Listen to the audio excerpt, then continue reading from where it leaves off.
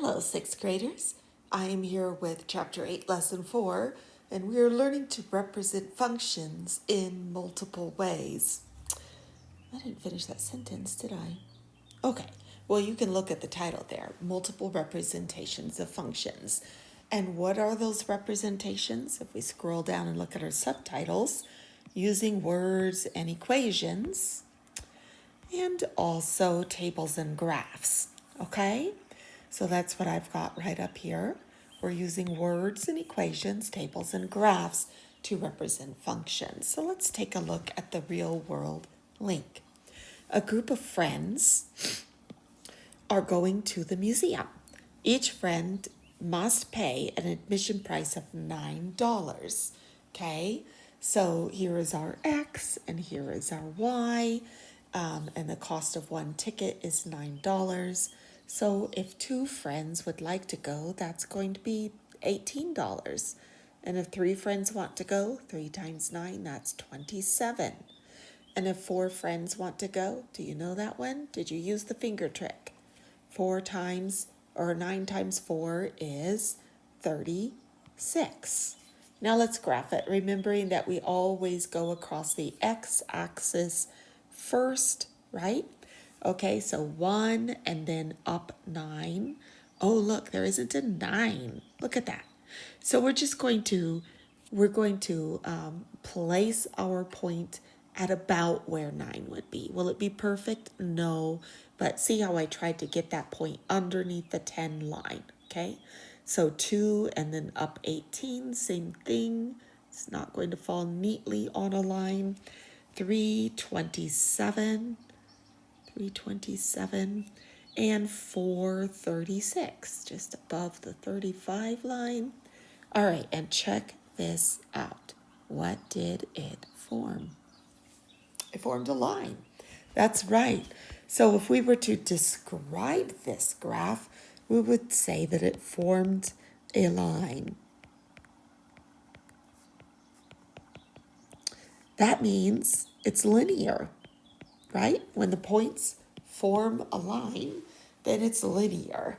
So let's write an equation to find the cost of N tickets. So N for number of tickets, I assume. So the number of tickets, N for number of tickets. So the total cost equals 9 times the number of tickets. Yeah, that works. It seems almost like we need another variable, doesn't it? I mean, instead of writing out the word cost, but we would have to define it just the way we define number of tickets as being N. I guess we could use C for cost or T for total, maybe. Okay, list the ordered pair for the cost when 5 friends go to the museum and describe its location. Okay, so the formula is 9 times the number of friends. So 9 times 5, 45. So wait, first the number of friends, because the x-axis is the number of friends. So our ordered pair is 5, 5 times 9, 45. Okay? And where would the location of that be? Well, if we graphed it, 5, 4, we finally have one neatly. So in the upper right, we could say upper right, and technically, I mean, if we really think about a coordinate plane, right here, which quadrant is that? Upper right of quadrant. Do we remember this from when we practiced? Quadrant 1. And then, just as a reminder, this is 2, this is 3, and this is 4. Okay, moving on. This was fun. This just because I used to really be a runner, this one got me going, okay? Our runner's distance in a marathon is equal to 8 miles per hour times the number of hours, okay? So we could say D for distance equals 8 times T for the number of the amount of time they ran. So this one got me going because there's actually a formula out there in the math world, we write it as D equals RT, and it means distance equals rate times time. And I know that the word rate might be a little unfamiliar to you, but you know this because what if the rate were 60 miles per hour? Okay? Times 3 hours. How far would the person have gone? Well, 6 times 3 is 18. There's 1 0. So 180 miles. Oh, it wasn't 60 miles per hour. The distance now equals 30 times 3 hours because there was a speed check alert on his app and he had to slow it down to what the actual speed limit is. Well, anyway, distance equals rate times time. I just thought you might like to know. Words and equations can be used to describe functions. For example, when a rate is expressed in words, it can be written as an equation with variables like this, okay? When you write an equation, determine what variables to use to represent different quantities, okay? So usually we try to pick variables that make our mind refer back to the original problem we were thinking about. So let's take a look at that. Okay, so it says the drama club is holding a bake sale. They are charging $5 for each pie they sell. So it says write an equation, so P for pies, to find the total amount earned. Oh, total amount earned will be T. So P is pies and T is total amount. So here we have T, the total amount, equals $5 times the number of pies you buy. Okay? So let's try another one. In the science report, Mia finds that the average adult breathes 14 times per minute, breathes 14 times each minute when not active. Write an equation to find the total breaths. Oh, we've got a total here. Total breaths, B for breaths, okay, a non-active person takes in M minutes. M for minutes, okay? So here we have minutes, and here we have breaths. So breaths, total breaths, is equal to 14 times the number of minutes they count, okay? All right, let's try that down here. A mouse can travel 8 miles per hour. Write an equation to find the total distance, and they say D for distance. Distance equals D. A mouse can travel in H hours, okay? So total, so D equals, right? Total, D equals 8 times the number of hours. 8 times the number of hours, okay? Ooh, I like it. Let's try another one. Okay. Samantha can make 36 cookies per hour.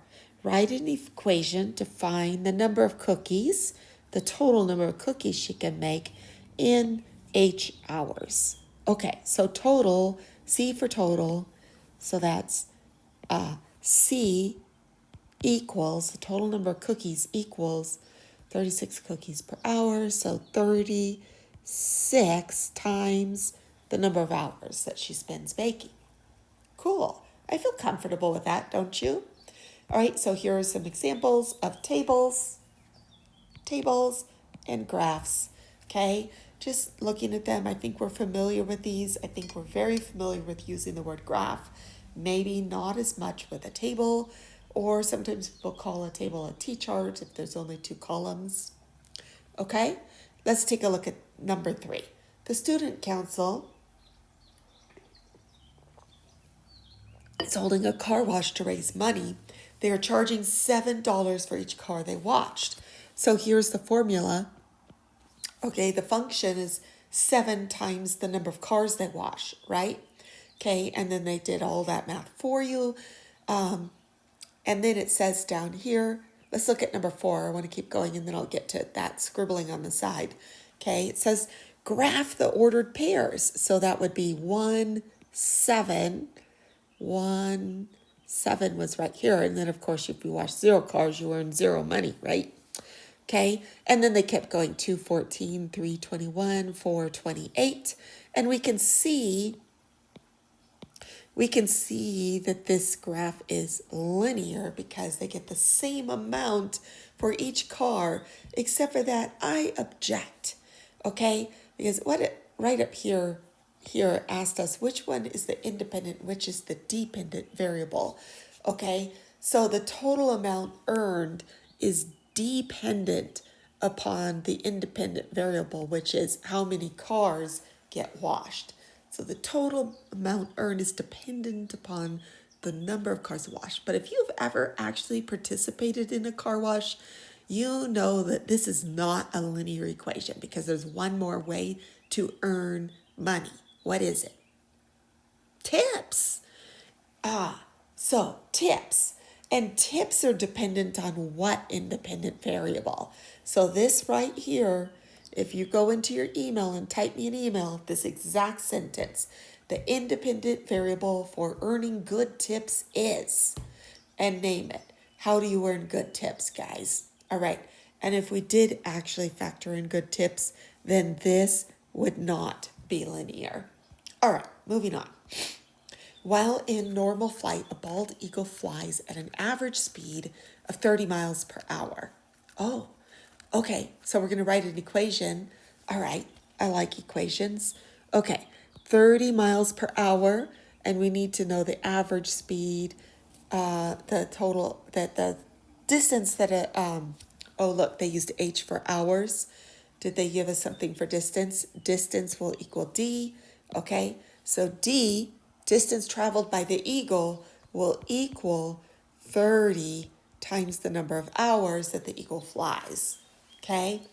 And of course, for this problem, the way they've set it up, it is 30 miles per hour, but an average means sometimes they fly slower, sometimes they fly faster. So if we were taking, if we were actually just taking, if we had a speed gun like the police have, and we were seeing how fast it was flying, would this line still be linear? No. Okay. So it says graph the ordered pairs for the function. So if they flew for 1 hour, that would be 30 miles. 2 hours would be 60, and 3 hours would be 90. So let's graph that. 130 to 63, 90. All right. So why are we graphing a linear line for the flight of a bird when we know it's not actually linear? Because we're practicing graphing functions where the line would be linear. Oops, forgot to switch to my crayon. Here we go. And indeed, it is linear, right?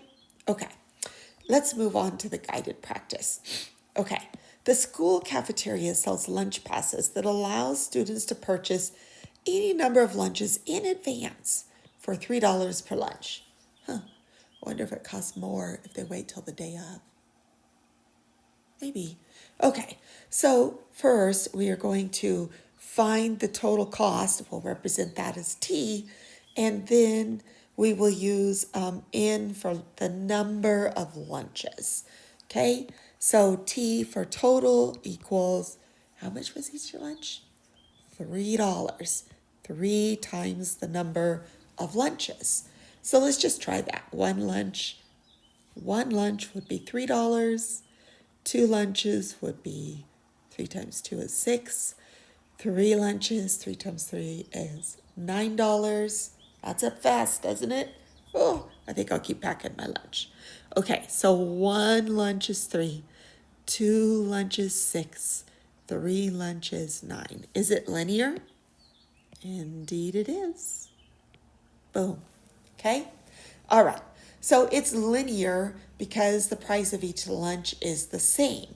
If the prices of the lunches were different, like if you get the hamburger, it's $3, but if you get the chili with garlic bread, it's $4, then we wouldn't have a linear line, right?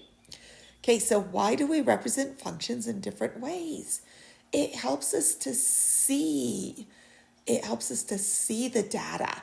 And sometimes we can really understand the relationship between the two quantities, such as distance and time, or distance and rate, if we've graphed it or created a chart. what did they call it up here? A table or a T chart, okay? So it really helps us to see the relationships in data. That's all for now. Have a good day. Bye, guys.